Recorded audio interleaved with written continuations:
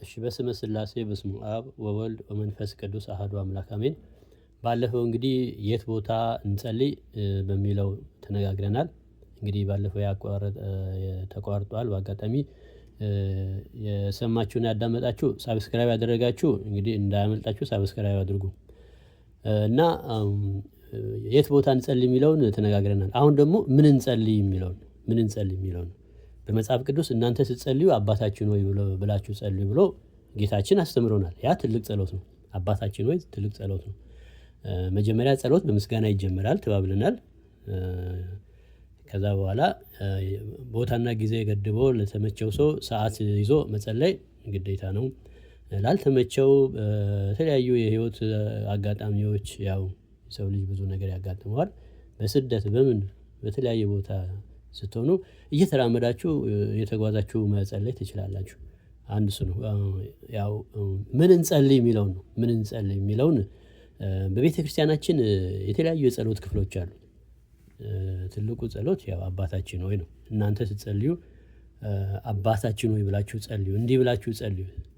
በሰማያት የምትኖር አባታችን ሆይ ስምህ ይቀደስ፣ መንግስትህ ትምጣ ብሎ አስተምሮናል ጌታችን። እሱ አንዱ ጸሎት ነው። እንደገና ደግሞ የእመቤታችን ጸሎት አለ። እመቤታችን በመልአኩ በቅዱስ ገብርኤል ሰላምታ ሰላም እንልሻለን። አሁን ብዙዎች እመቤታችን የለችም እሷ እኮ አርፋለች እንደዚህ የምትሉ ማለት ነው። አምላክ ሰው ሆነ፣ ሰው አምላክ ሆነ ይላሉ እኮ።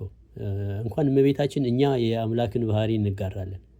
አንድ ሰው ሞተ ማለት አከተመለት ማለት አይደለም። ወደ መላእክትነት ይለወጣል ሰው ሲሞት። እንግዲህ መላእክት ማለት ደግሞ በተለያየ ቦታ መገኘት ይችላሉ። በአንድ ቦታ እንደ እግዚአብሔር መለኮት ባይኖራቸውም ማለት በተመሳሳይ ሰዓትና ቦታ በሁሉም ቦታ የሚገኝ እግዚአብሔር ብቻ ነው። እግዚአብሔር ባህሪው ነው የቦታው መገኘት እና መለኮታዊ ባህሪ እግዚአብሔር አለው። መላእክት ደግሞ ጸጋ አላቸው። ከእግዚአብሔር የተሰጣቸው ኃይልና ጸጋ አላቸው። በአይን ቅጽበት ከኢትዮጵያ እዚህ ሊመጡ ደግሞ ቃል ኪዳናቸውና እንትናቸው ጸጋቸው ሊምረን ይችላል። የትም ቦታ ብንሆን አሁን ቅዱስ ገብርኤል ሆይ አድነኝ ብለው በቃ ባለውበት ይደርሳል። በሰዓት በደቂቃ አይደለም፣ በምንም በታይሚንግ በሌለው ሁኔታ ማለት ከቅጽበት በፈጠነ ሁኔታ ያድነኛል የእግዚአብሔር መልአክ ማለት ነው። ስለዚህ እመቤታችን ደግሞ አምላክን ወልዳለች። አምላክን መውለድ ዝም ብሎ አይደለም።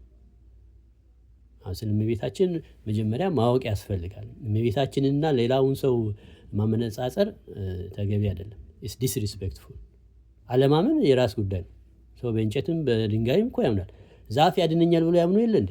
ጠንቋይ ቤት የምትሄዱት ጠንቋዩ ያድነኛል ብላችሁ አይደል እንዴ? ስለዚህ እንግዲህ የምታመልኩትን እናንተ ምረጡ። እኛ እመቤታችንን አናመልካትም። እኛ እመቤታችን የተሰጣትን ጸጋ ግን እንጠቀማለን። ዋይናት ኢየሱስ ክርስቶስ በተለያየ መልክ የተለያየ ጸጋ ሰጥቶናል። ለምሳሌ አይኑ የጠፋበትን ሰው፣ አይን የሌለውን ሰው እኮ ምራቅ ትፍ ብሎ መሬት ላይ ከዛ አቧራውን ወደ ጭቃ ቀይሮ ጭቃ አድርጎ አይኑ ላይ መቀባት ማለት ይሄ ፕሮሰስ ኢየሱስ ክርስቶስ የተከተለው ማዳን ስለማይችል ነው። እንዲሁ ዝም ብሎ ማዳን ስለማይችል ነው። ስለዚህ ኢየሱስ ክርስቶስ የሰዎች ልጆች እንዲድኑ የተለያየ መንገድ ከፍቷል። የተለያየ አሁን በእኔ አንደበት ሊገለጽ የማይቻል ብዙ መንገዶች አሉ። የመዳን መንገዶች ለተጠቀመበትና ላወቀበት ማለት ነው።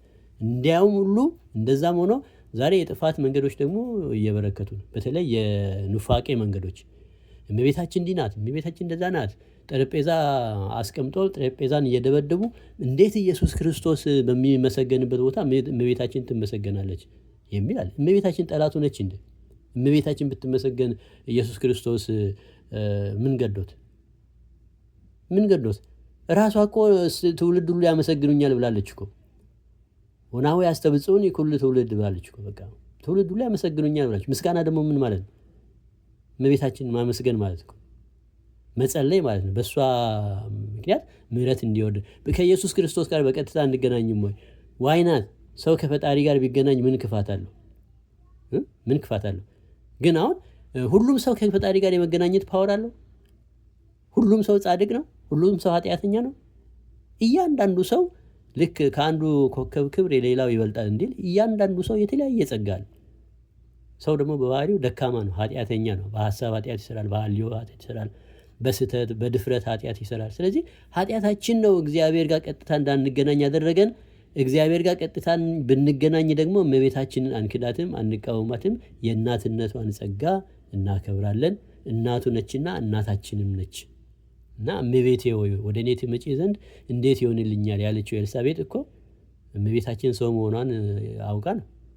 ግን ከሰውነትም በላይ ክብር ስላላት አምላክን ስለወለደች እነሆ የምስጋናሽን ድምፅ የሰላምታሽን ድምፅ በሆዴ ውስጥ በማኅፀኔ ውስጥ ጽንሱ ሰምቶ ዘለለ አለች። የእመቤታችን ድምጿ ያዘልላል፣ ጽንስ ያዘልላል። አይደለም እኛን ኃጢአተኛን መማር ቀላል ነው። ለእመቤታችን ኃጢአተኛን ማስማር ቀላል። ስለ እናት ብለህ ማረኝ ቢል እግዚአብሔር ይምራል። ግን የመማር እድሉን ተጠቅመናል ወይ ነው። መቼም ለኦርቶዶክሳውያን ለተዋሕዶ ልጆች ይሄ እንትን አይልም። ይህን መምከር ማለት ለቀባሪ ማርዳት ነው። ግን እንደው ሃይማኖቱን ወጣ ገባ እያላችሁ ኑፋቄ የምትዘሩ የሚያምኑትንም እንዳያምኑ እንዳይድኑ የምታደርጉ ወይ እናንተ ማትገቡ የሌላ ሰው ማታስገቡ እህት ወንድሞቼ እንድትጠነቀቁ ነው። በቃ እመቤታችን ነገር ያልገባችሁ ተው። እግዚአብሔር ጊዜ እስኪሰጣችሁ እስኪገባችሁ በጸሎት በምልጃ አንዳንድ ጊዜ እኮ እያነበብን አንረዳም እኮ አይደል? ትምህርት ቤት ስንማር ያልተረዳነውን እንኳን እኮ ጥያቄና መልስ ፈተና ላይ እንመልሳለን እኮ ግን አልገባንም። ትክክለኛ መልሱ እሱ ነው ስለተባለ እሱ እንመልሳለን። አንዳንድ ጊዜ እንደዛ ያጋጥመኛል እና ፈተና ሲመጣ ጥያቄው አልገባኝም፣ መልሱ ግን አውቄዋለሁ። በቃ መልሱን ኮፒ አድርጌ አስቀምጣለሁ። ምክንያቱም ለእኔ ራሱ ያልገባኝ ጥያቄ ነው። እንደዚህ አይነት ነገር አለ። ደግሞ መንፈሳዊ መረዳት የተለየ ነው። ሰው ለገባው ነው። ቅዱስ ጴጥሮስ ምን አለ? ሰዎች ስለ እኔ ምን ብለው ያወራሉ ብሎ ኢየሱስ ክርስቶስ ሲጠይቃቸው ሐዋርያት ሁሉ ዝም አሉ። በቃ አምላክ ነው ግን አልገባቸውም። በቃ ያልገባቸው ነገር አለ እዛ ጋር። ምን አሉ? አንዳንዶቹ ኤልያስ፣ አንዳንዶቹ ከነቢያት አንዱ፣ አንዳንዶቹ ዮሐንስ ይሏል፣ አንዳንዶቹ እንዲህ። እሺ እናንተስ? ዝም አሉት። ቅዱስ ጴጥሮስ ነው የገባው። ቅዱስ ጴጥሮስ አንተ የእግዚአብሔር የባህሪው ልጅ ናል። ስለዚህ ቅዱስ ጴጥሮስ ምን አለ? ይህንን ስጋና ደም አልገለጸልም አለ። ስለዚህ ዛሬም ቢሆን እመቤታችንን ስጋና ደም አይገልጽላችሁ። እሷ ሴት ነች፣ እሷ እንዲሞታለች የምትሉ ሰዎች ማለት ነው አይገልጽላችሁም። ይሄ በስጋና በደም የሚሰራ ስራ ነው። ሰው ይሞታል። በቃ የሰው መሞት ምንም ታምር አይደለም። ክርስቶስ ራሱ ሞቷል። ሞት ምንም ብርቅ አይደለም። ደግሞ ለኢትዮጵያውያን ሞት ብርቅ ነው። ግን ከሞት በኋላ ያለው ህይወት ምን ይመስላል ነው። አሁን ከሞት በኋላ ህይወት ቢኖር እኮ ነው ኃጢአት ማንሰራው። ከሞት በኋላ ህይወት ቢኖር እኮ ነው መከራን የምንታገሰው። ከሞት በኋላ ህይወት ቢኖር እኮ ነው የምንጸልየው፣ የምንጾመው፣ የምንዋደቀው። ከሞት በኋላ ህይወት ቢኖር እኮ ነው በንስሐ ሁልጊዜ የምንመላለሰው። ሁልጊዜ ዓለም እየጣመችን ምንተወው ብዙ ነገር እየተውን እያለፍን መበቀል ስንችል እየሞትን እየተገደልን በየጊዜው ከሞት በኋላ ላለው ህይወት እኮ ነው ዛሬን የምንታገሰው። ስለዚህ ከሞት በኋላ ላለው ህይወት እንትጋ። የእመቤታችንን ጸጋ ደግሞ መጽሐፍትን እንመርምር መጽሐፍትን አባቶችን እንጠይቅ። የሚያውቁ የገባቸውን ወንድምቶች ደግሞ በመጠየቅ ለመረዳት እንሞክር። ካልገባን ደግሞ ነገር ተናግሮ ከማበላሸት በእግዚአብሔር አንተ ገለጽልኝ፣ እግዚአብሔር አንተ ገለጽልኝ ማለት ያስፈልጋል። በቤተ ክርስቲያናችን ብዙዎች ዲያቆናት፣ አገልጋዮች፣ ህዝበ ክርስቲያን፣ ምእመናን፣ አባቶች የሚጸልዩትና በጣም ተወዳጅ የሆነችው የእመቤታችን ጸሎት አለች። ከዛ በፊት ግን አንድ መዝሙር እንዘምር እስኪ አብረን። እኔ ነኝ ይህችን የጻፍኳት። አሁን ቁጭ ብዬ እንዲህ መጽሐፍትን ስመረምር የሆነች ዜማ እንትን ብዬ ከራሴ ነው ያልኩት እና ድንግል በህሊና ወድንግል በስጋኪ እመእግዚአብሔር ጸባኦት ሰላም ለኪ ይላል። ድንግል በህሊና ወድንግል በስጋኪ ድንግል በህሊና ወድንግል በስጋኪ እመእግዚአብሔር ጸባኦት እመእግዚአብሔር ጸባኦት ሰላም ለኪ እመእግዚአብሔር ጸባኦት እመእግዚአብሔር ጸባኦት ሰላም ለኪ እመእግዚአብሔር ጸባኦት እመእግዚአብሔር ጸባኦት ሰላም ለኪ እመእግዚአብሔር ጸባኦት እመእግዚአብሔር ጸባኦት ሰላም ለኪ ድንግል በህሊና ወድንግል በስጋኪ ድንግል በህሊና ወድንግል በስጋኪ እግዚአብሔር ጸባኦት እግዚአብሔር ጸባኦት ሰላም ለኪ እግዚአብሔር ጸባኦት እግዚአብሔር ጸባኦት ሰላም ለኪ ሰላም ለኪ እንዘንሰግድ ንብለኪ ማርያም እምነ ናስተበቁ አኪ እምአርዌነ አዊ ተማጸነ ቢኪ በእንተ ሐና እምኪ ወኢያቄም አቡኪ ማኅበረነ ዮም ድንግል ባርኪ። ሰላም ላንቺውን እያን ቅድስት ድንግል ማርያም ሆይ እንማልድሻለን፣ እንለምንሻለን። ከክፉ አውሬ ታድኝን ዘንድ ተማጽነንብሻል። ስለ እናትሽ ስለ ቅድስት ሐና ብለሽ፣ ስለ አባትሽ ስለ ቅዱስ ኢያቄም ብለሽ ድንግል ሆይ ማኅበራችንን፣ መሰብሰባችንን፣ ጉባኤያችንን ባርኪልን። መውጣት መግባታችንን ዘውትር ባርኪልን። እናት ዓለም ልጆቻችንን፣ ስራችንን ባርኪልን። የምናገኘውን ሁሉ ሕይወታችንን ባርኪልን። ጸሎታችንን ባርኪልን። ማኅበራችንን ባርኪልን።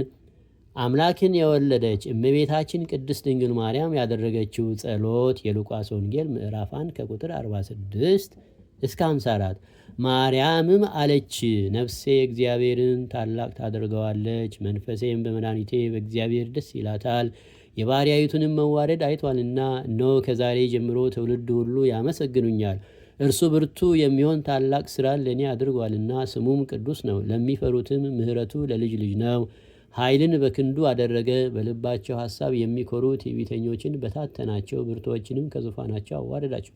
የተዋረዱትንም ከፍ ከፍ አደረጋቸው። የተራቡትን በቸርነቱ አጠገባቸው። የተጠሙትን በቸርነቱ አጠጣቸው። የተራቆቱትን በቸርነቱ አለበሳቸው። ባለጸጎችን ግን ባዶ እጃቸውን ሰደዳቸው። ምሕረቱን እንዲያስብ እስራኤል ባሪያውን ተቀበለ። ለአባቶቻችን ለአብርሃምና ለዘሩም እስከ ዘላለሙ ድረስ እንደተናገረ ከእመቤታችን ጸሎት በረከትን ያሳደርብን።